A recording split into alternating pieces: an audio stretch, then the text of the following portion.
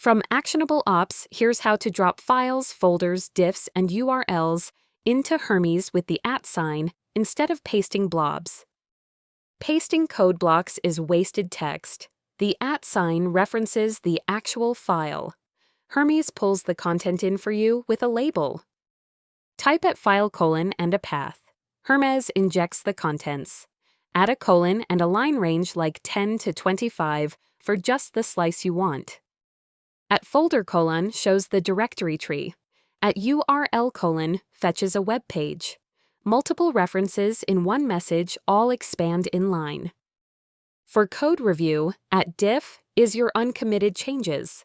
At staged is what's staged. At git : 5 grabs the last 5 commits with patches.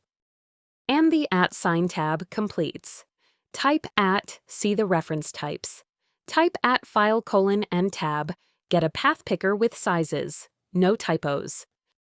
That's the @ reference syntax for Hermes, built by Nous Research, and for more how-tos like this, that's actionableops.com.